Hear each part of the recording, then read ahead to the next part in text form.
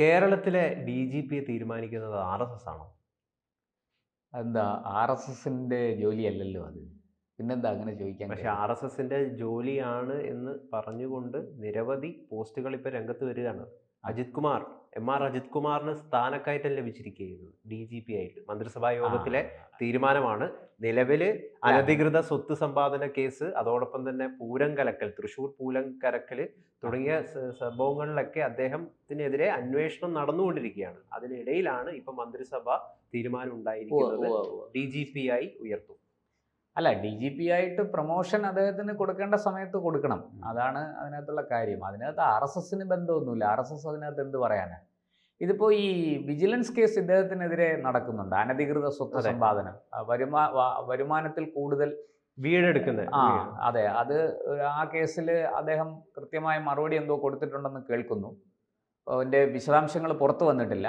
എന്തായാലും ആ കേസ് നിലനിൽക്കെ തന്നെ DGP ആയിട്ട് ഇദ്ദേഹത്തെ സ്ഥാനക്കയറ്റം കൊടുക്കുന്നതിൽ തെറ്റില്ല എന്ന റിപ്പോർട്ട്, അതിന് നിയമ തടസ്സങ്ങളൊന്നുമില്ല എന്ന റിപ്പോർട്ട് ചീഫ് സെക്രട്ടറി കൊടുത്തിട്ടുണ്ട്, ശാരദാ മുരളീധരൻ.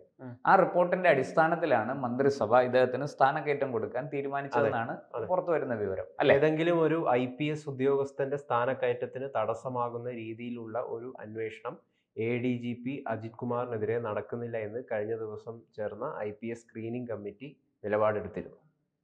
അപ്പോൾ അതാണ് കാര്യം. അപ്പോൾ ഇദ്ദേഹത്തിന് ഇനിയിപ്പോൾ ഇത് കൊടുത്തില്ലെന്നിരിക്കട്ടെ, അദ്ദേഹം ട്രൈബ്യൂണലിൽ പോകും. കേസ് അദ്ദേഹം മുമ്പ് സെൻകുമാർ സാറിൻ്റെ കാര്യം അറിയാമല്ലോ. അദ്ദേഹം സുപ്രീം കോടതി വരെ പോയി അനുകൂല വിധി സമ്പാദിച്ചു. അപ്പോൾ അതുപോലെ ഇദ്ദേഹം ട്രൈബ്യൂണലിൽ പോവും, അതിൻ്റെ നിയമവഴികൾ തേടും. അപ്പോൾ സ്വാഭാവികമായിട്ടും അത് കൊടുത്തേ പറ്റുള്ളൂ. സർക്കാർ വേറെ ഇഷ്യൂസ്, നിയമ തടസ്സമൊന്നും ഇല്ലെങ്കിൽ തീർച്ചയായിട്ടും അതിനെ റെക്കമെൻഡ് ചെയ്യും. ഇത് പിന്നെ ഇനി അവിടുന്ന് കേന്ദ്രത്തിൽ നിന്നും കൂടിയാണ് വരേണ്ടത്. നിയമ തടസ്സം ഇവിടെ ഇല്ല എന്നുള്ളത് IPSന്റെ ഓർഗനൈസേഷൻ തന്നെ വ്യക്തമാക്കിയിട്ടുണ്ട്. പക്ഷേ ഇവിടെ വിഷയം അതല്ലല്ലോ ചേട്ടാ. വിഷയം പുള്ളി RSSന്റെ നേതാവുമായിട്ട് ഹൊസബള്ളയെ കണ്ടു. സർക്കാര്യവാഹായിട്ടുള്ള ഹൊസബള്ളയെ കണ്ടു തുടങ്ങിയ കാര്യങ്ങളാണല്ലോ വലിയ രീതിയിൽ വിവാദമായത്. അതില് ഷംഷീർ അടക്കമുള്ള സ്പീക്കറിന്റെ നിലപാട് വന്നിട്ടുണ്ടായിരുന്നു. അദ്ദേഹം പറഞ്ഞത് RSS ഒരു അസ്പർശ്യമായിട്ടുള്ള സംഘടനയല്ല, RSS ഇവിടെയുള്ള ഒരു ഓർഗനൈസേഷനാണ്, അതിനെ ബാൻ ചെയ്തിട്ടുള്ള ഓർഗനൈസേഷൻ ഒന്നും അല്ല. അവരെ കാണുന്നതിന് എന്താണ് പ്രശ്നം എന്ന് ഷംസീറാണ് പ്രതികരിച്ചത്, സ്പീക്കർ. തീർച്ചയായിട്ടും അതിനകത്തൊരു, നമ്മൾ ഈ കാര്യത്തെ രാഷ്ട്രീയമായിട്ടും നിയമപരമായിട്ടും കാണണം. പൊതുവേ CPMകാർ പറയുന്ന ഒരു ഡയലോഗ് ഉണ്ടല്ലോ, പാർട്ടി ഇതിനെ നിയമപരമായും രാഷ്ട്രീയപരമായും നേരിടും, അല്ലേ? ഇവിടെ അങ്ങനെയൊക്കെ തന്നെയാണ്. കാരണം ഇദ്ദേഹം ഈ പറഞ്ഞതുപോലെ ഇദ്ദേഹത്തിനെതിരെ ഉയരുന്നത് ഇത് രാഷ്ട്രീയ ആരോപണങ്ങളാണ്. നിയമപരമായ പ്രശ്നങ്ങൾ, മറ്റേ വിജിലൻസ് കേസ്, ഇപ്പോൾ തൃശ്ശൂർ പൂരം കലക്കി എന്നുള്ള അതിൽ ഒരു അന്വേഷണം നടക്കുന്നു. ഇദ്ദേഹം കുറ്റക്കാരനാണോ അല്ലയോ, അദ്ദേഹത്തിൻ്റെ മൊഴിയൊക്കെ എടുത്തിട്ടുണ്ട്. അപ്പോൾ അത്തരം കാര്യങ്ങൾ നിയമപരമാണ്. ആ നിയമപരമായ കേസുകളിൽ ഗുരുതരമായ നിയമപ്രശ്നങ്ങളും നിയമ തടസ്സങ്ങളും ഉണ്ടെങ്കിൽ അദ്ദേഹത്തിന് DGP ആകാൻ പറ്റത്തില്ല, ആ പ്രൊമോഷൻ കൊടുക്കാൻ പറ്റില്ല. പക്ഷെ അങ്ങനെ ഗുരുതരമായ വകുപ്പുകളൊന്നും അല്ല അദ്ദേഹത്തിനെതിരെ വകുപ്പ് തല അന്വേഷണം നടക്കുന്നത്. അതിൽ ഗുരുതരമായ വകുപ്പുകളൊന്നും ഇട്ടിട്ടില്ലെങ്കിൽ, അല്ലെങ്കിൽ ആ തരത്തിലല്ല അന്വേഷണം നടക്കുന്നതെങ്കിൽ സ്വാഭാവികമായിട്ടും അദ്ദേഹത്തിന് സ്ഥാനക്കയറ്റം കൊടുത്തേ മതിയാവുള്ളൂ. അതാണ് അതിൽ നിയമപരമായും നമുക്ക് പറയാനുള്ള ഒന്നാമത്തെ കാര്യം. രണ്ട്, രാഷ്ട്രീയപരമായിട്ട് പ്രതിപക്ഷം ഇത് മുഖ്യമന്ത്രിയെ തല്ലാനുള്ള ഒരു വടിയായിട്ട് ഉപയോഗിച്ചു.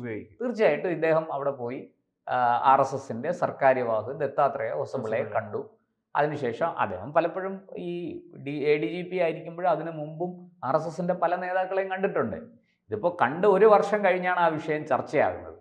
ഇതെല്ലാം ഈ പോലീസിനുള്ളിൽ തന്നെ അതിനെ ചർച്ചയാക്കുന്നത്. ഇദ്ദേഹം കണ്ടത് തൃശ്ശൂർ പൂരം കലക്കാൻ വേണ്ടിയിട്ടാണ്, അതിന്റെ ഉദ്ദേശത്തോടു കൂടിയിട്ടായിരിക്കാം കണ്ടത്. ആ രീതിയിലാണ് വ്യാഖ്യാനങ്ങൾ വരുന്നത്. അല്ല, അതിനകത്ത് തന്നെ ഒരു അയുക്തിയില്ലേ? കാരണം ഈ തൃശ്ശൂർ പൂരം ഈ വർഷത്തത് കലക്കണമെങ്കിൽ കഴിഞ്ഞ വർഷത്തെ തൃശ്ശൂർ പൂരത്തിന് മുമ്പ് കണ്ടു എന്നാണ്.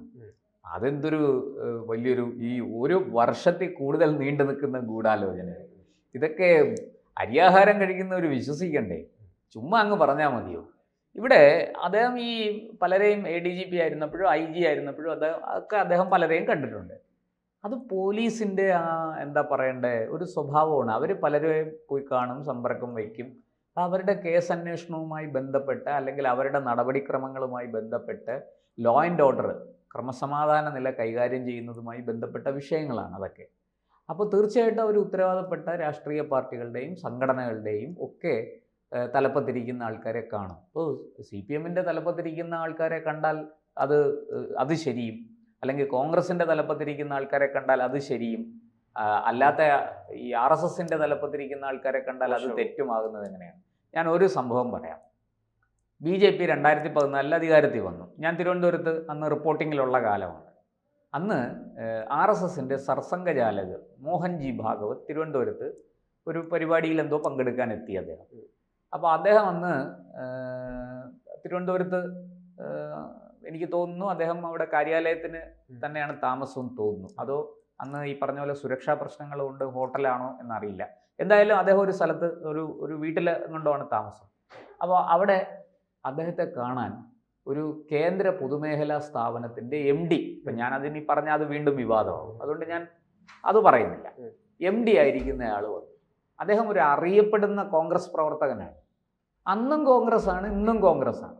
ഒരു കേന്ദ്ര പൊതുമേഖലാ സ്ഥാപനത്തിൻ്റെ തലപ്പത്തിരിക്കുന്നയാളാണ്. അദ്ദേഹത്തിൻ്റെ പത്രസമ്മേളനത്തിന് ഞാൻ പോയിട്ടുണ്ട്.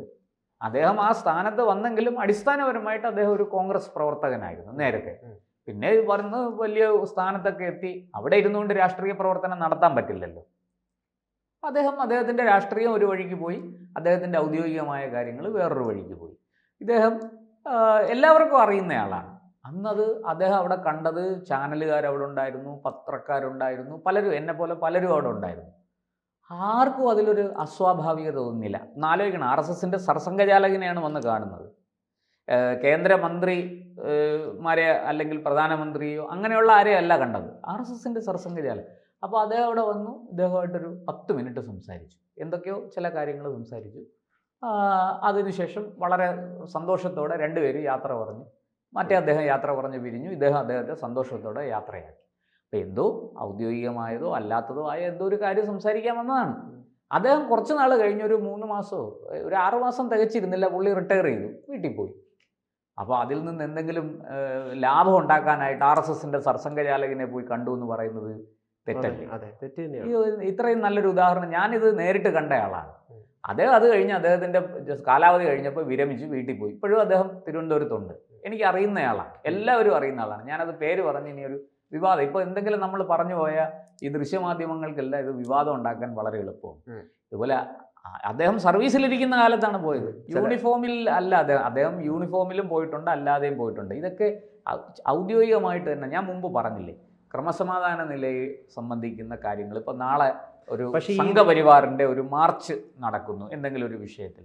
അപ്പോൾ അവർക്കത് കൈകാര്യം ചെയ്യാൻ, അതിൻ്റെ എന്താ പറയുക, അതിനകത്ത് കുഴപ്പങ്ങൾ ഉണ്ടാകാതിരിക്കാൻ, സംഘർഷങ്ങൾ ഉണ്ടാകാതിരിക്കാൻ അതിൻ്റെ നേതാക്കളുമായിട്ട് ആശയവിനിമയം നടത്തിയേ മതിയാവുള്ളൂ പോലീസിന്.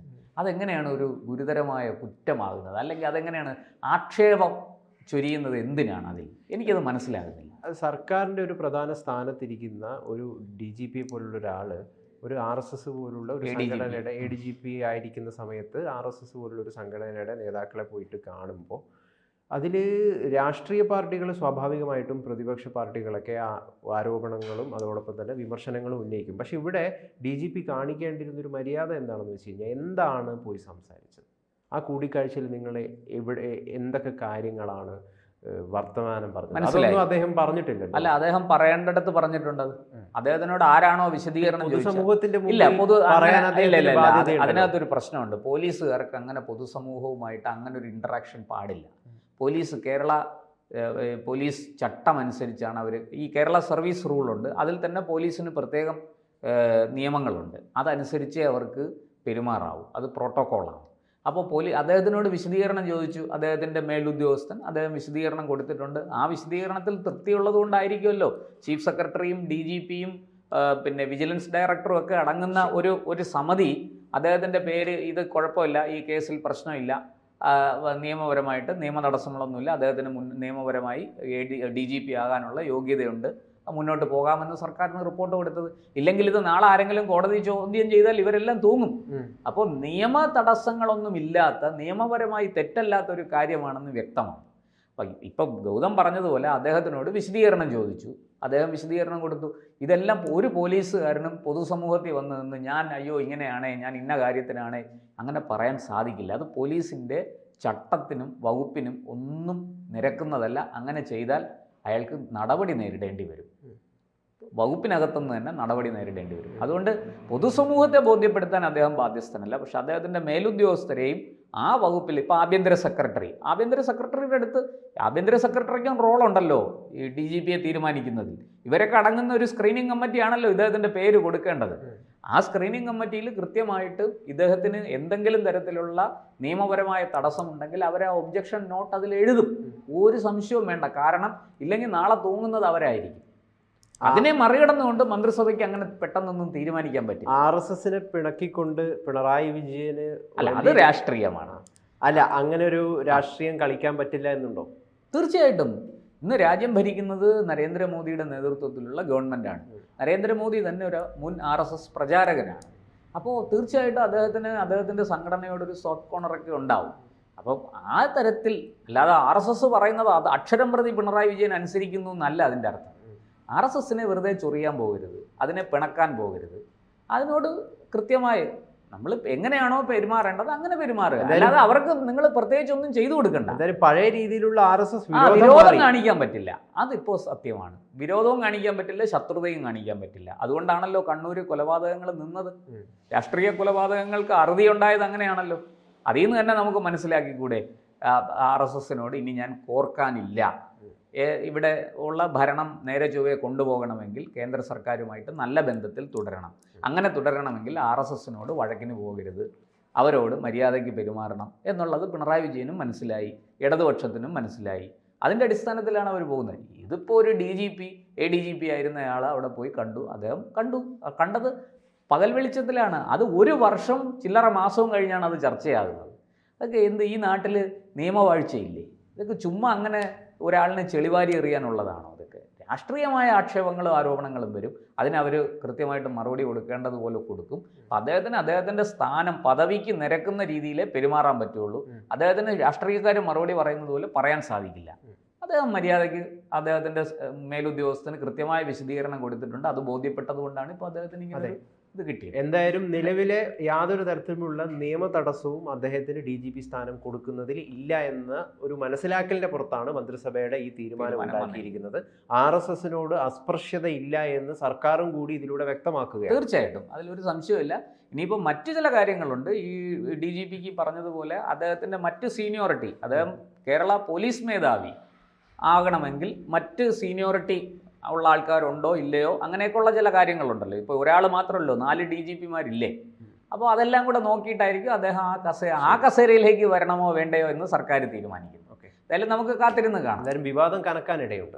തീർച്ചയായിട്ടും വിവാദങ്ങളൊക്കെ ഇങ്ങനെ ഉണ്ടായിക്കൊണ്ടേയിരിക്കും.